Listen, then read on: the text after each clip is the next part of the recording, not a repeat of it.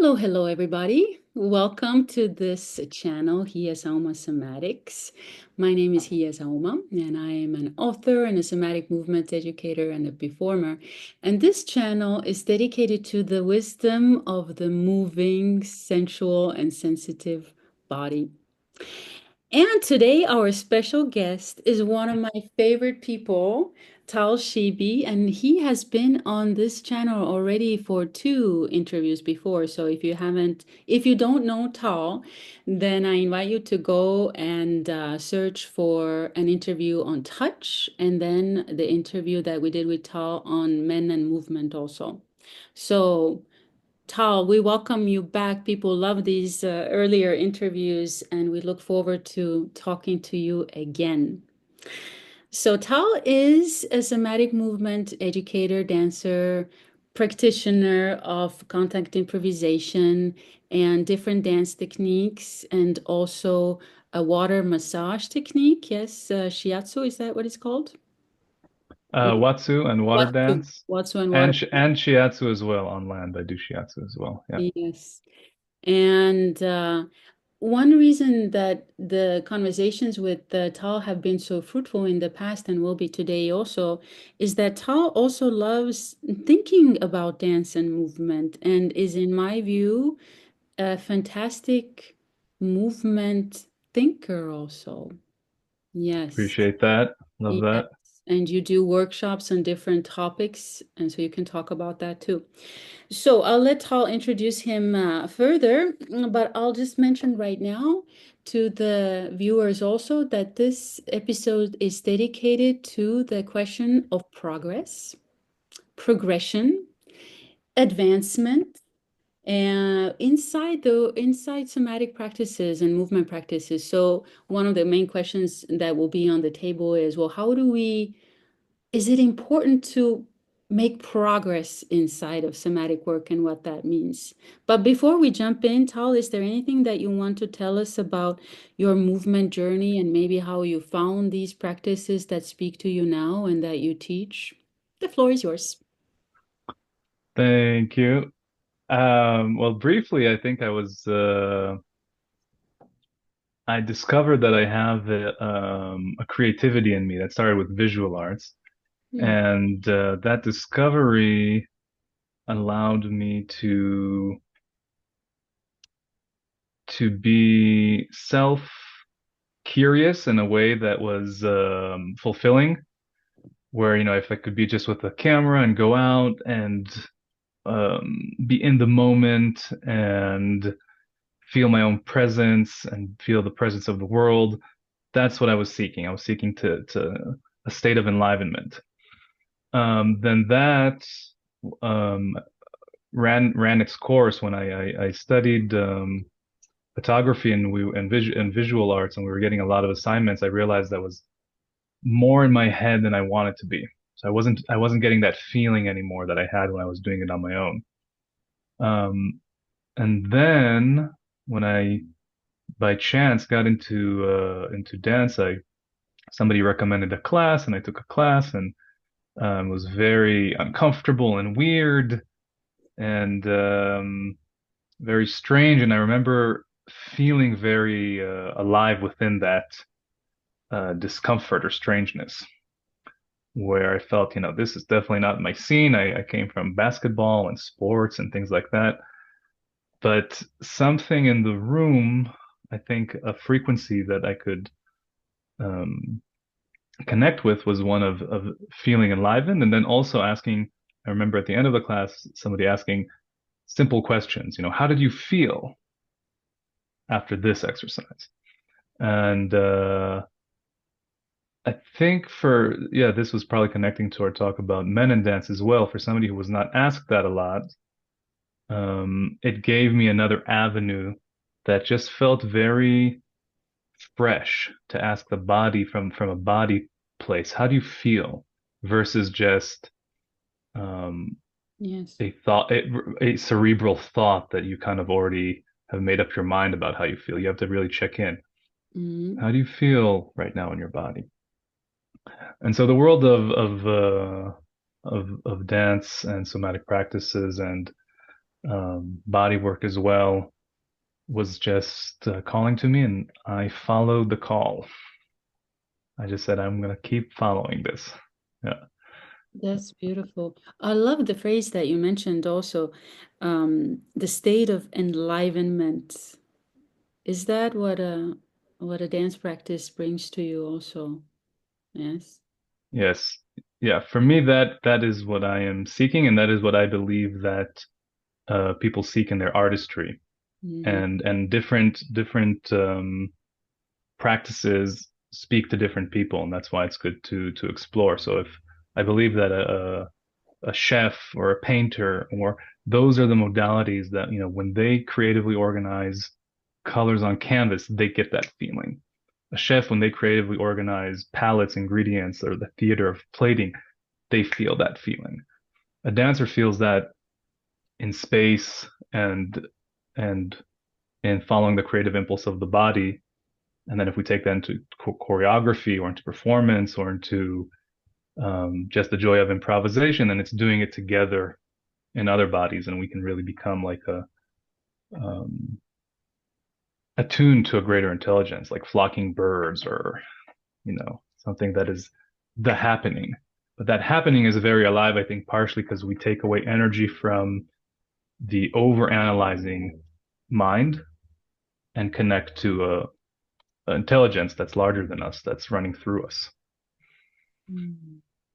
That's a great subject for another interview also, or maybe that's connected already in a way to this theme of progress also. Maybe one way to mark progress in a somatic practice is this kind of openness to the larger intelligence.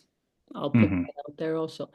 But so Yeah. let's start to tackle this question of progress and why, whether and why that is important to you also. So when you hear the word progress inside of your movement practices, and here you can talk about contact improvisation or some other practice, another dance practice also, what does that mean to you, progress? What does it make? What does making progress mean, for example, inside contact improvisation? I would say inside contact improvisation, and I imagine some of the other dance techniques, but for me, it would be somewhat just for the conveniency of making it more coherent, split into two rooms. One would be skills and technique, which Mm-hmm. is the same as any other sport. If it's basketball, you can refine the skill of shooting a free throw. You can refine the skill of passing. You can refine the skill of a 3 point, a long distance shot. So there's skills to refine like that. How do you soften into the floor? How do you come out of the floor in a way that is um, is feeling good and is going to protect your body? How do you use your landing pads of the body so you land well, so you're not going to injure yourself? So all those things can be refined. That's skill based.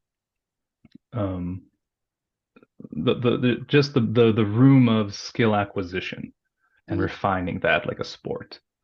And then there's a room of artistry, poetry, soulfulness, imagination. Mm-hmm. That room is more mysterious because that room is not as easily measured. It's not a perfect shoulder lift. It's something that has a little bit more to do with your deepening in your being, and and that is very individual. When you feel you're deepening in your practice, oftentimes you feel more connected to yourself, um, and via that more connected to others in the world. So you have a center. And I think that's what people mean when they say a practice. It's very common in the spiritual world, in the yoga world. You sit and meditate every day for 20 minutes, and so it could be something very simple like observing your breath, or letting the ribs expand and then fully exhaling. And you just do that for 10 minutes. And something is happening, even though, right? Even though it might be silly to say, um, you're sitting and breathing better. You're progressing in the world of sitting and breathing. But in a way, it's something very simple that becomes very profound. And I think the skills can lend themselves to deepen in that other world and vice versa. So they feed on each other.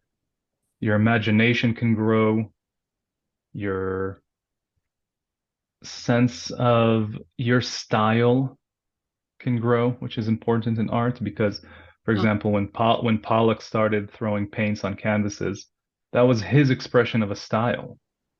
When people were saying he toppled the canvas, so he took it down on the floor, started throwing paints. What was that? That was his enlivenment, his style, his expression. And during his lifetime, of course, nobody paid much attention, but then afterwards we're thinking, oh my God, a Pollock. So I think that's interesting to note. Like, what's your style? Even if it's not valued, it's your style, and that's worth discovering too, in mm, any dance form and in any art form. yes. Tal, what do you, I love this this image and method of explaining also the two different rooms, like we're in this room and in this room. Yeah, and how they feed each other. Yes. Yes, exactly. Mm. Tal, do you think it's important to talk about progress in somatics? First of all, I realize also maybe some of the viewers, listeners are not very familiar with the somatic practices also. So somatics refers to, it's like an umbrella term that refers to many different movement practices that have different origin stories and also different methods of teaching, for example. But they all share this basic interest, the strong interest in developing the practitioner's ability to connect to their physical sensations and track what's going on inside the body so that we become more aware of our physical self, but not only the physical self, also the emotional and the maybe also spiritual aspects, feelings, imagination, these different layers in us also.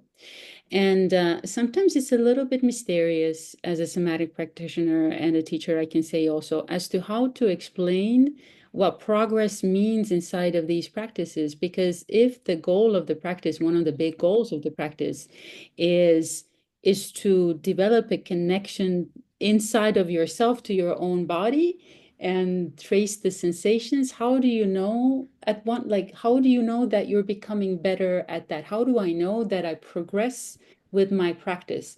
And also whether that is important, as I was telling you earlier also, maybe maybe one of the goals of having a practice is to have a practice, because for a lot of us that in itself is very difficult also to have the discipline to return to those 20 minutes, for example, every day. So maybe it's not even necessary to look for progress inside the practice all the time. Maybe the goal is to have the practice, to live with the practice, to do the practice. So I would love to hear your thoughts about this. Do you think it's important to look for progress inside a movement practices? As you mentioned earlier, also different movement practices have different measurements for progress also. For example, in yoga, that might mean something different in contemporary dance, contact improvisation, Nia, strength training. So, but we can talk about the kind of practices that we know better, maybe. Mm. What do you think? Is progress important as something to look for inside the somatic practice? Is that something that you, for example, when you go and you have your meditative practice or your dance practice, is that something that you look for? Like, okay, I I want to become better at this. Yeah, you mentioned maybe the skills, but tell us more. Yeah, thank you. Thank you for that question. It's a very loaded one in a way, and I believe I would probably answer it differently tomorrow. Great. I don't have one set, but I can share with you the different thoughts that I have, Huh? and we'll see where that takes us. So, first thing that comes up for me is we are constantly receiving ideas about what success is for us in the world. And we have the task of taking that jumbled up ball of yarn and untangling it so we can take ownership over our own definitions. And that takes a lot of listening. So there is a kind of facade of success, right? That is, um, if you have this type of career, perhaps, and you're um, you're living well, you have some markers of success. But what if you don't want necessarily that? You have a slightly different style. What if for you it's living in Greece on this island? Um, it could be on your own. Maybe it's with a partner. Maybe it's next to the beach. Maybe it's on the mountain. So each person has to feel into that, and that changes all the time. And so to apply that idea to the world of somatics, it's like we have to ask, what do we want? What are we seeking from this? Now, for each arena, it's a little bit different. If I'm seeking on a very broad level, just to feel more connected to myself, which would lead to more joy, confidence, ease in my life, then I just get to check in. If I do Nia or Feldenkrais or contact or some kind of movement modality that speaks to me that has more um, focus on the internal experience of the body, which is what somatics is. Do I feel more joy in my life, more connection? If yes, keep going. When people go to the gym, for example, some guys want to get huge in the gym. Maybe some women want to get huge in the gym. I don't know, like huge shoulders or biceps or now if I don't know if they know why they want that. Maybe they want to look strong or feel strong, or they saw um, a movie about Schwarzenegger in the 80s and they like that idea. Whatever is the idea, that's a clear goal, right? That's like, oh, I want to get bigger. Now, for me, that's not a goal, so I'm not interested in that. So it seems maybe silly to me. But if that's your goal, it's not silly to you. Mhm. Um, so there are certain goals that are um, we have to let go a little bit of the judgments, especially if people feel good and healthy and say, hey, if that's what you want, great. And we have to kind of let go, I think, or that's what I'm encouraging myself to let go of, is some of the movement snobbery that says, Mhm. no, people should look at this the way I look at this. Yes. Because I like to have a body that has the right amount of softness, the right amount of strength. That's my sport, basically. And be in it's called the Goldilocks zone, the sweet spot. Not too hot, not too cold. So not too soft, not too strong, not too much tension, not too much. So not hypertension, not hypotension. Just enough to be able to breathe as a dance, move in life, um, not be afraid of some resistance, tension that comes up. So the right amount of tension for me. Mhm. Some people thrive off of a lot of tension. Some people thrive off of zero. So everybody has to decide these ratios. And I think, yeah, to let go of that snobbery is to say, all right, what do you want? Are you a super tense person that needs to relax a little bit? Then do some practices. Can you feel that you're breathing different? How are you in social situations? Are you sleeping better? If you're a super noodly person, you don't have a lot of tone, you've never done any sports, you're afraid you're kind of afraid of, of your own body in a way. Like you haven't done any work with it. You're very in your head. So maybe there is a place where doing some dance that has more tension and focus will give you some confidence, some new confidence. Um, So what I'm saying is, I guess first we have to define what we want. Um, and then in this way, I would also put dance and some of the other somatic practices in slightly different rooms. Because Mhm. dance, it could be contact, Nia, salsa. Yoga can be seen as a form of dance, just breathing and moving consciously. Tango, swing, all of these types of different ballet, of course, all of these different dance forms. And then the somatic practices that have to do with lying on the ground, like Feldenkrais or body mind centering, or the warm ups that we do in contact where we lie on the ground and connect our edges to our center and release the weight of the head to the floor and roll it. Just sense that, the rolling of it. So those things are a bit more like meditation movement. And Mm, of course, the meditation movement lends themselves to dance, but they're not exactly, I would say, in the same atmosphere. Um, and so all of this brings me to thinking about being and doing, I think. Is it how do we use somatic practices so we can be in the state of enlivenment and dance rather than doing the dance?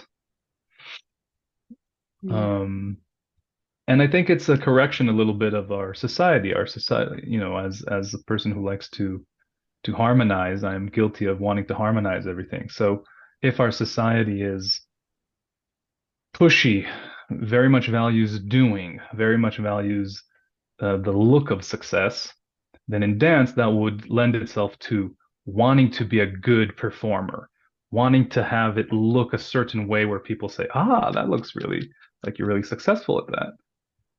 And to counterbalance that, I think we can also bring a little bit more being where we really just let all of that go and say, what is my desire here? And then own that. Wow, I softened my body a little bit. I'm more relaxed. Yes. I'm doing some practices that have nothing to do with looking successful, and nobody's going to give me a trophy for it. I'm just going to be happier doing it or feel more connected. Yes. Um, yeah. I love this answer. Even the beginning of this answer, you said, let me see what I'm going to come up with today. So there was this temporal frame.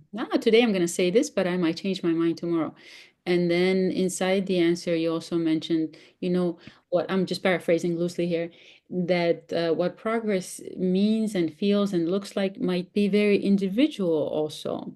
And so I think what is really beautiful about these somatic practices where we ask constantly, well, how do you feel? What does this movement make you feel like inside? What's going on in your emotional world? It's like every day almost, like you can ask that question, what does progress mean to me? Again, it's like a daily practice of connecting to that term because it might be very different in a different stage of one's life and also in from a day from one day to another. Yeah, yeah. I would add one for because I gave a very broad answer. I would add one more specific idea for the your introduction of somatic practices is Yeah. generally a broad range of approaches Mm, that all have a focus on the internal experience. And then soma from Greek, meaning the living body. mm, So this question of enlivenment as a daily practice in the body, looking a little bit different maybe every day. I really love that you gave that. And then thinking or feeling into maybe every day, just feeling into it. How do I feel in my shoulders and head? How do I feel in my chest and belly? How's my pelvis today? And mm, so developing the somatic body, I would say takes time, yes. but actually is a subjective feeling that I can personally report on. I'm a different person now because when I say, how does my pelvis feel? It's not a cerebral thing, even though it sounds funny. I can just go in there, feel my legs, my pelvis, and just say, what's happening here today? Belly and chest. What's happening here today? Yes. And so but if you told me that 15 years ago, I think that question might annoy me or be like, what do you mean? What do you want from me? What feeling in the chest, feeling in the belly, like you're kind of, it's a little too woo woo or something, or it's a little out there. Yes. Now I feel it as just as very simple. I have a somatic body. Now I can check in with my chest and I can check in with here and here. Yeah. And this area might feel different than this area. And that allows me to also connect to other layers of myself personally. And this, readers and listeners, is how you know that Tal is more advanced in his somatic practice. Because he can do these things. Because, my Hmm. dear listeners, let me tell you. So currently, I'm still dealing with my herniated disc, and so Hmm. I have a very clear sense of injury, and one of my legs feels Mm. different. So every day, I have clear sensations of pain and discomfort and unease. Mm. Those are easier to notice because they're very clear signals. But what Tal talked to you about just a second ago is, well, I can go to my pelvis and I can feel my chest and I can do this and this and this. So without the apparent messages of pain and discomfort, to have this kind of connection to the body is another level of body knowledge. I just wanted to point that out also to because it's not easy to do. For that kind of sensitivity, one needs to have practice in the daily checking in, you know. And there's something else I wanted to mention about this dailiness, which is this. So I see a lot of people around me. I asked them, well, so how are you? How are you? How are you doing? Okay. And so again, not everybody has to pour out their real experience to this question. But I hear a lot of people, well, it's like the day before, same day in the office. There's a sense of sameness that I think is very devitalizing that we feel a lot of the times. You see, it's like the day is the same routine, the same activities. Yes. And so one great benefits of doing a somatic practice where you're being asked to check in with your pelvis, your shoulder blades, whatever part of the body you want to go to, is that you understand, well, wait a second, every day it's not the same experience. On a very subtle or less subtle level, it's a different kind of day. I'm a different kind of person. I have a different sense of or level of energy. Today my emotions are different. And I think a lot of liveliness can come to us if we start noticing these small differences. So days are not the same. I feel like that's one of my missions in life also, is to like help people understand and feel through their bodies these differences, so that there's not this deadening sameness that a lot of people I think feel, the lack of Be enlivenment. Beautiful. Beautiful. So let's expand that. Let's give ourselves one practice for that. And I completely agree. You know, if we are just saying, "Hey, everything's good," or "everything's so-so," or "everything's not so good," then we kind of limit the range of how we can inhabit ourselves and feel. And everybody has these off days where, yeah, you're just so-so, you're not sure. Yes. But together as a practice, I'll because this is something that I would like to encourage myself to do more as well. We with friends that can handle this, of course, we can do a poetic somatic check-in. So we can sense in if we take, let's say, those three big areas, pelvis and legs, um, the whole chest, which is the belly, the thoracic spine, the cervical spine, the pelvis, all of this, the trunk of the tree, and then the head and above the head, let's say, this kind of area here. And we just take three big areas and we give it some kind of poetry. So I could say, I feel, because we're having this conversation, because um, it's fun to talk about these things and riff into these um, topics. So I feel spacious and wide in my backspace and in my scapulas, like they have big wings. I feel light above my head. Then I can check in with my chest, belly. I can say I feel some relaxation in my chest, like a well, like a waterfall, like a lake, like a waterfall going into a lake. It's got space, like a big bowl. Then lower in my diaphragm, solar plexus, a little lower in my belly, I feel some nervousness because we're always dancing with the unknown. There are some future things I'm worried about, not sure about. So there's some nervousness. It's like more dense, like wood, like a jungle maybe, something that's dense, thick, so it's not super clear. So I'm giving the nervousness an image. Then I go lower into my legs. My legs feel good today. They feel strong.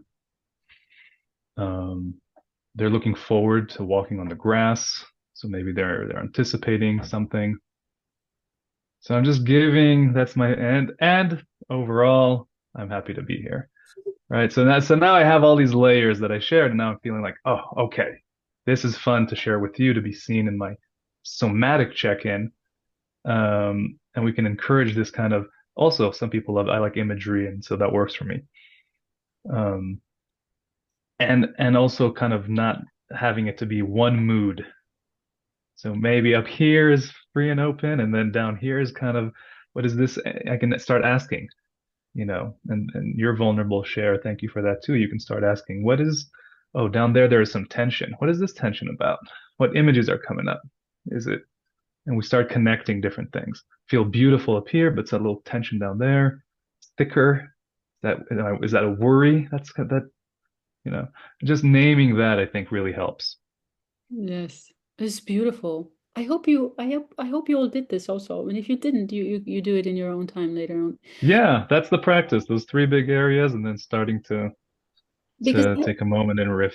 yes, I think that's very powerful in that's a very important thing also because I remember when I was taking movement classes a lot with other teachers when I was a young practitioner, and the teachers were using images also. The images are problematic. I'm not, like sometimes I'm like, well, I don't Mm, see this image at all. Oh no, it's not. Immediately I checked out. Yes? And so, hmm but sometimes they work also. And I really believe in my own teaching also that in the power of encouraging students to find their own images also, to receive images or to find them. And you use this beautiful idea of a poetic, let's put some poetry into our somatic bodies. And it's important. Uh, Tal, I have another question. Help me with this. So, my recent experience of the herniated disc, where I had these different sensations in my feet, this made me think about this following question. Now, I have trained my body to be very aware of different sensations. I use this all the time in my movement practices and when I teach, and also when I live my life. Yes, this to me is what living an embodied life being embodied means. It's like I don't leave the body behind. I live with my body and my sensations, not only in my movement classes, but also when I do different activities and I am with different people and I move about in the world. And so okay, so I can detect a lot of different sensations. But then with my herniated disc and my foot injury, I'm like, oh my goodness, I notice all of these pain sensations also. They're very loud. I feel all the slightest different changes in the body. And it's almost like my head, my brain, and in my entire system, there was a lot of sensory information. And at that point I was thinking, well, is it also possible to become too sensitive when mm, to this like somatic knowledge? Because one way, and this is sometimes the way in which I define progress in a somatic practice, is I know that I'm making progress in my somatic practice when I have a deeper connection to my internal world and my physical sensations. So I know I can connect to my sensations. I feel my sensations. My body is not blank when it comes to what's going on in different parts of the body. So can I also take that to the extreme? So for example, it would mm. be maybe easier for me to live with my injury if I was not so hyper aware of what's going on. Do you think do you think we can That, also overdo this kind of awareness business? that's such a good question. Like sometimes It's I'm like, almost like, I'd rather not, yeah. like, I'd rather be like, I wish I could ignore this. Mm, Sometimes with injuries, for example, with pain. But that's another topic also, maybe for a different interview, also like a somatic connection to pain and discomfort, because that's real also. And we all live with this, or will live with this at some point in our lives. But yes, yeah. this kind of like is Yeah. are there That's dangers to living in such a deep connection? This is I'm playing a little bit of a devil's advocate, but nevertheless. sure. Yeah, yeah, I love it. I think it's a great question. I think it's an archetypal kind of question because it's definitely crossed my mind. You almost, and it has to, I'm seeing from my experience that there's a thread between understanding that you're a more sensitive person in the world, so you feel a bit more deeply, and then there's almost a desire to be a little to have a little bit thicker skin. Yes. So it's almost like being a little bit jealous of like, oh, it's kind of amazing to see this person who's chain smoking and taking a few aspirins and is just, you know, he had a bit of surgery there and something happened there and is just trucking through life. And maybe that's an easier, you know, I'm giving an extreme example, but maybe that's an easier way to be here. And so there is a question around that, and I think what it's pointing to is it's inviting some reframes around our sensitivity. So your sensitivity is a gift, and then seeing it as part of your strength is a process. And then that process we have to remind each other to easier, of course, said than done, but we have to continually remind each other that your sensitivity is your strength. And so how can we build the resiliency in our body, mind, spirit to, if we want a little bit more protection, to say, you know what, I'm in, as I told you when we started talking, I'm in my early 40s. So I'm going to the gym all the time to do different things. I go in there like, you know, it used to be that dance was my practice because I started in sports. I love basketball, I love running, and then dance was enough of a practice when I was doing it in my 30s, 20s, and 30s. And then I thought, the last few years, it's not enough. Mhm. So I have to do other things. So in the gym, I do all kinds of different. It's like a playground. I go to the movement area. I use the bars, the monkey bars, the balls, hanging, all kind. I see it like a dance, and that practice for me was part of understanding that I want to build a little bit more resiliency and a little bit more tone because I want to feel a certain tone as I'm moving that gives me confidence that I want. Um, so that's being a very sensitive person that can go into a gym and say, you know what, because I'm so sensitive, I'm going to build myself up a little bit and have the right tone that I want. So I'm not comfortable feeling so vulnerable. Like only open, only dancing, or only yin type practices, if you want to take it to that direction, to me is not the right balance at this moment in time. Mhm. So it's always a kind of a balance of our phase in life, of our year, of our after as a young man I went into military training and then had to heal myself from that. So after that, to be in the water, to only be in a free flow watery state was perfect because I had to move through all kinds of things to heal. I had to let go of a lot of layers, and now I'm adding a few layers. So it's a little bit like the weather, I think. It's cold out. People say take layers. That's uh, that's what my mother always says. Do you have layers, right? That's a kind of a protection instinct. So what layers do we need to let go of that are kind of old and we don't need anymore? I don't think it's the best idea to become a chain smoking, aspirin taking, addicted to pain medication person. I don't think that's the way.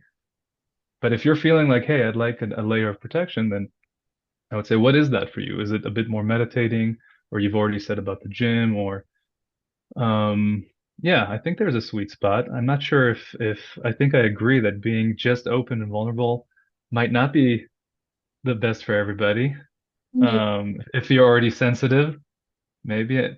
So how do you have a little bit of protection without closing your heart? That's a good question. Yes. Yeah. Great. I already have another question in mind that relates to your answer, but let me ask another question in between. Hmm. This is also another devil's advocate kind of question. So, Tal, you and I, we observe a contact improvisation class. You can also Hmm. tell the reader, the viewers, listeners, what contact improvisation is. So you and I, we go to a contact improvisation class, we look at the people, and Tal, you're telling me, here, this person is more advanced in contact improvisation. Or Yeah. this person has made progress recently because I've been observing him or her for a while. So how do I know that somebody is more advanced? So now instead of progress, I use this term advanced also to give you some more ideas. Mm, How do you know this yes. really skilled at this practice, for example? has made a lot of progress? How do I know? Because, for example, I have danced with different improvisers, and I feel you see it probably. We can also, well, clearly you see it too. I'm talking about you, but we can also feel clearly when somebody is more advanced Yeah. or has progressed. Yeah, that's a great question. I'm looking at some of the notes I had from when you sent me the theme of progress, which I really love also for the world of contact, because in contact improvisation specifically, there's almost a fear of talking about levels. And Ah, that fear, yeah, and that fear doesn't help the practice actually. So in martial arts, it's very clear because you have a belt system, right? It's a white belt, a yellow belt, et cetera, et cetera, et cetera. And then you have a black belt, and I think even the black belt has some extra lines on it to even be more of an. So you have all these different masters, and then nobody has issue with the fact that somebody is a black belt. Nobody has an issue with the fact that somebody is a white belt. So I would say that just to recognize that interesting cultural taboo is in itself part of thinking about progress. So if you're green, this is something I've been noticing around, at least in the contact culture that I've noticed that if you're green, if you're very new, own it. Don't like that's great. Why be annoyed at that? Why think, oh, I should be more advanced? That's a strange thought that crept in what I would call toxic inclusivity. We're all the same level. No, we're not. If this person did 10 years and you're here for the first time, you're not at the same level of practice. So first of all, it's like ownership. I'm green. Enjoy being green. It's fun to be new at something. And then usually after somebody does a practice a few years, especially in the contact world, so then there's a sense of, oh, I know something. And that's an interesting place. And I'm getting also to your original question, but there's a sense of after a few years, oh, I know something. I'm not green anymore. So it's like a relief. But in a way, your ego is very much involved in this I know something feeling mm-hmm, because you're so happy to not be a beginner that you kind of think you're advanced. This mm-hmm. is like a second stage, I would call. So let's put it as one, two, three, just for the ease of it.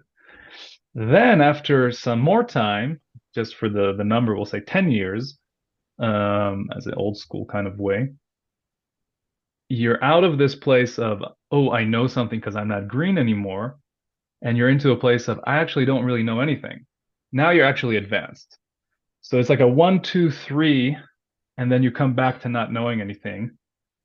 And so advanced has to do with the humility of enjoying not knowing anything while you kind of do know something. And that's yeah, paradoxical kind of place. Life has a lot of these fun paradoxes. So you kind of know something, but you have the humility to enjoy not knowing anything. And what's really advanced is that the advanced practitioners have this kind of sense that advanced just means basics done well. So advanced people would not be intimidated from doing a very small basic exercise and wanting to do it well. A beginner and intermediate would love to do these very complex tricks, even if it's not actually called for in the moment because there's such a desire to learn. And that's not a bad ambition; it's a good ambition. Um, so how can we tell if somebody is advanced? Um, Again, this is just my little perspective on it. I think something about that not knowing humility, like I don't really know anything, but I know something, creates a relaxation in the body. And it's a relaxation that's earned. So it's not a nervousness about needing to prove yourself anymore. Mm. And that relaxation that comes with a little bit of time invested, earning some competence, and then earning the confidence that allows you to relax and say, you know what? Not everybody needs to connect to my dance. Not everybody needs to like my dance. I need to like my dance. That starts becoming an earnest field around the body. And you can see that around people's bodies and how they carry themselves, right? Because it's like you've earned And that's what I love about somatic practice. You earn some of the quietude Mm. that can carry itself. And people want that. People want to feel that in themselves, and everybody wants to be able to relax a little bit more. When we're constantly feeling on edge and we're judged and we have to prove ourselves and we're relax, breathe. Then out of that, I think it's there's other measures that come, but that's the core of it. In different practices, we can talk about how different skills look, and in contact, it can be how much you can um, surrender to gravity in a skillful way, so you can go in and out of the floor in a very cat-like way. Those are skills that are pretty clear. You can go between soft and strong and do it in a gradual way. So those are things we can look at. But I want to have the focus on that kind of relaxation because that's one that's more elusive and I think it's more special. And so I wanted to highlight it. Great. Paul. In one of your earlier questions, you started responses. You started to talk about, in a way, your story with movement. Like, oh, I did this Hmm. in the Navy, and then I had to reheal, and then I did this, and now guess what? I'm going to the gym, and I it's like a playground to me. And so, in my head, that was like, oh, Tal is telling us about his progression in his life with movement, and I think that's something Mm, I want to highlight for the viewers and listeners also. I encourage you to think about how movement, the practices that we practice and what we're drawn to can also change during our lifetime and what we need at different points in our lives. So that's in a way to think about progress, not as advancement in skill, but like progression, like what now mm, comes this, and then come like a sequence that in a way makes a shape also. So, mm, I don't know if I have a question about that. I just wanted to point that out. But the question I had is, have you ever had moments in your life when you feel bored by your movement practice, where you feel like, oh, guess what? I'm not progressing, or I'm not, this is plateau. I'm not receiving any new messages really from my body. I feel like I'm stagnating when it comes to my movement practices. Have you ever felt this way about a practice that you do? Like or for example, I used to feel a lot of enlivenment, liveliness that came to me through movement, or this particular practice. And now I feel like, it's getting boring. I don't feel the same way about it.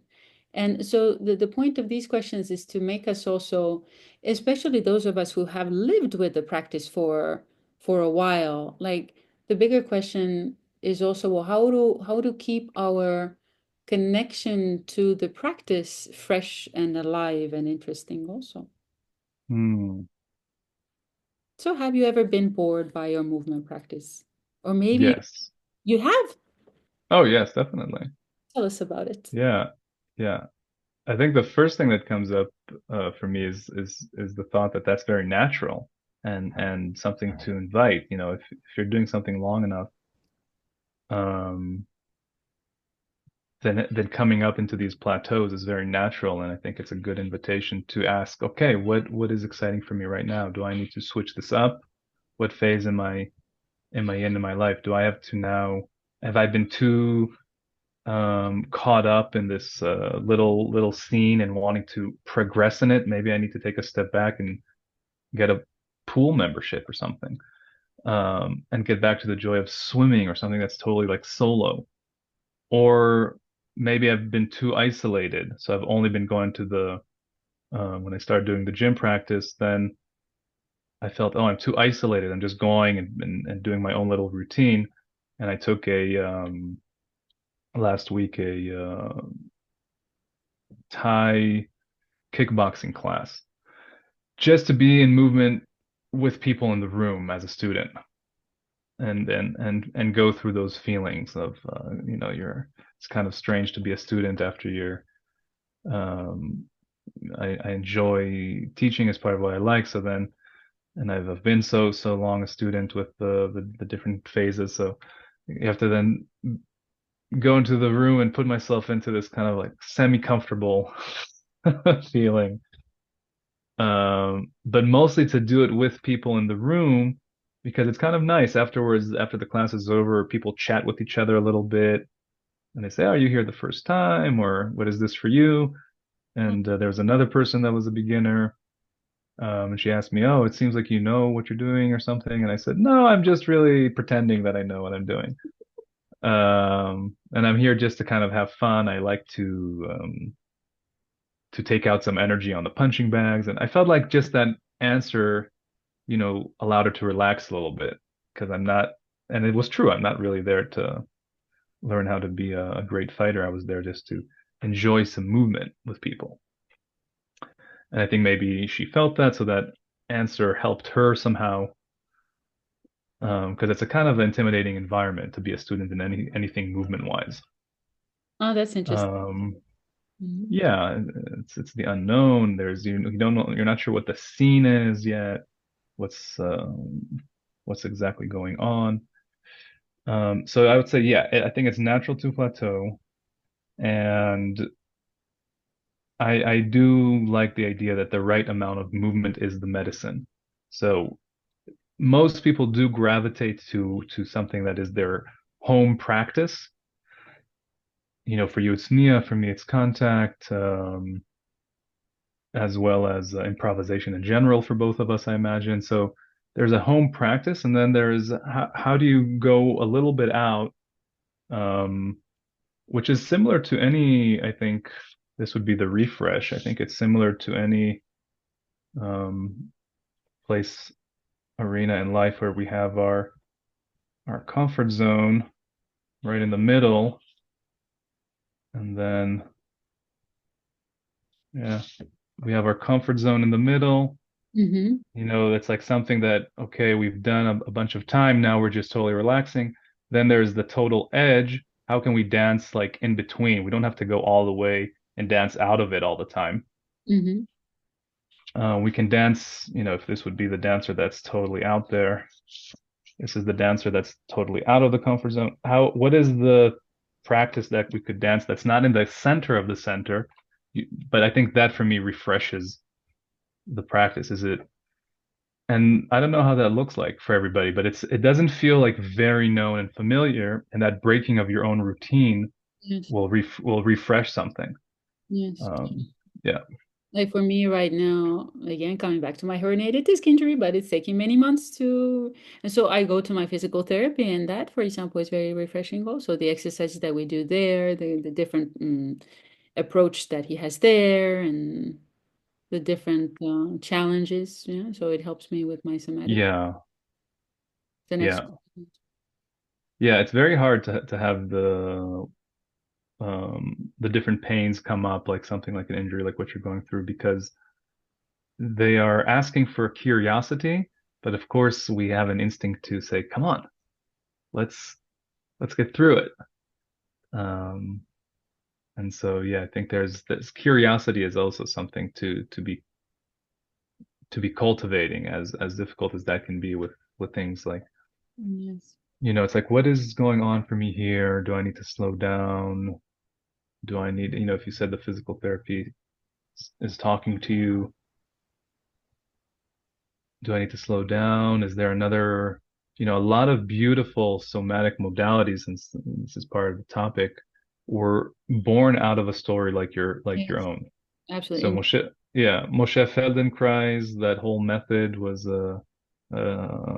he was a judo guy and a soccer guy, a sports guy. He had an injury, and then he just was in his mother's house and had a carpet, I think, or something, and he was just doing these small exercise, laying down, and that developed a whole world of inquiry. And then So that you can, slowness and curiosity are very much interlinked to the somatic exploration.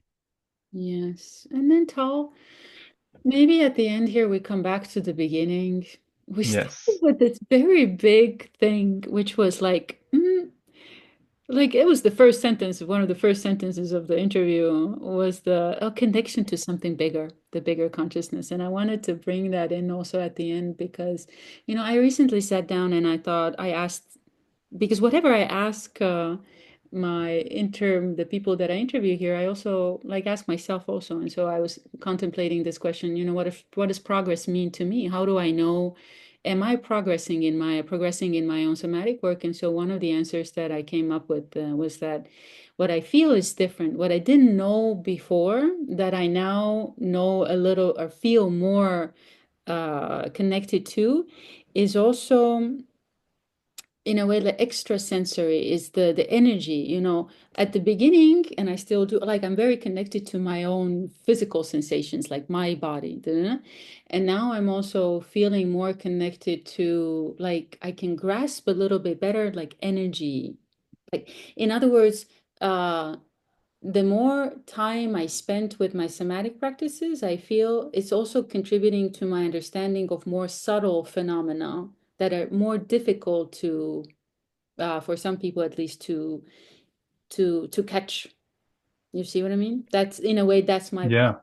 is from the material to something that is also real to me, but more ephemeral in a way for like it's not a clear thing, but I can feel it, I can sense it. So that is one way I'm progressing in a way, or that's the next step I feel. And then the other thing is, but this has been part of my practices also from the very beginning, but I feel it more clearly now, is also this connection to the soul and to the divine and asking these kinds of questions. So I wanted to ask you also, at the beginning when you mentioned the connection to like bigger consciousness, and is that what progress or a change in your somatic work also, or through your dance, do you feel you're becoming more in tune with these notions also? Ah, Bless there you. we go. As a spiritual exclamation. That's a spiritual exclamation. I love it. Yes, I'm with you. The You're asking, does it deepen that part? Yes, do you feel like that's a way to, what am I asking? Is that a way for you to feel your progress also? The fact that the practices are also becoming more soulful, or you feel like you're more connected to something that is harder to grasp regularly? To the divine, you're more connected to these bigger flows of knowledge? Hmm. Maybe not, yes. But I'm just wondering. Yeah, I love the question, and I'm feeling into it. Um, To the dance mm, gods. eh, Are you getting closer to the dance gods? yes, and I love that you bring it up because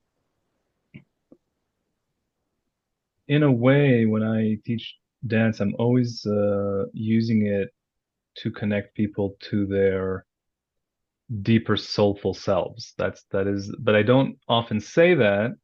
I try to just kind of embody it into the practice and encourage it through different exercises. Sometimes we use journaling, and sometimes images, and sometimes.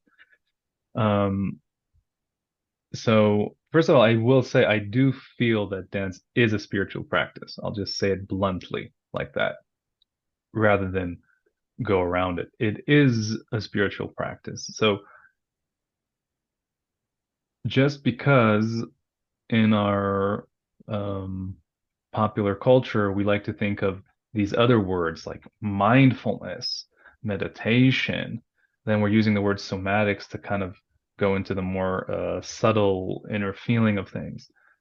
But then when we use the word dance, um, it's often not associated. So these things here are spiritual and dance is over here. It's often not associated as a spiritual practice. But in its origins, I think humans have always danced, right, as a way to feel transcendence, connection, part of community around fireplaces with stories. We know, of course, of how um, Hindu traditional dance in India is connected to telling the story through the body, telling ancient stories through the body. So I would say that absolutely there is a question of, are we deepening in connection to self? And are we feeling like we're maturing in getting to know um, who we are in the world, what we want, what our style of moving through the world is. Mm. And the practice of dance, I think, encourages more and more ownership of that. That's what I'm attracted to. It's just so challenging to really be fully yourself and do it as unapologetically as possible while um, being kind to yourself and the world, of course. It's really challenging because a lot of people will say, maybe you should go this way and do this and do that. And it's very confusing messaging from closer and closer circles, starting with your how you grew up, and then where you're living, and then how the scene around you is, and it all is a long, exciting journey. And dance is one little arena where you get to practice inhabiting exactly your style and your instinct in that moment. And so you take this big world of chaos and then you take it into like a small little time and you can say, in this moment of practice, I'm going to see how I can enjoy my style, be totally myself, and use that as a celebration of spirit. I love this. As a person who's interested in style, let me hear you talk about what do you mean by style of moving? You said, um, Yeah, if I want, yeah, what is your style of moving? How do I get in touch with my style of moving through life? What do you mean? yeah, I guess that's a great question. I mean, I'm kind of using it very instinctively. Um, I remember when I was I imagine every person maybe in high school goes through this when you're scribbling on the back of a paper and you see that adults sign their name on things so that that's a signature.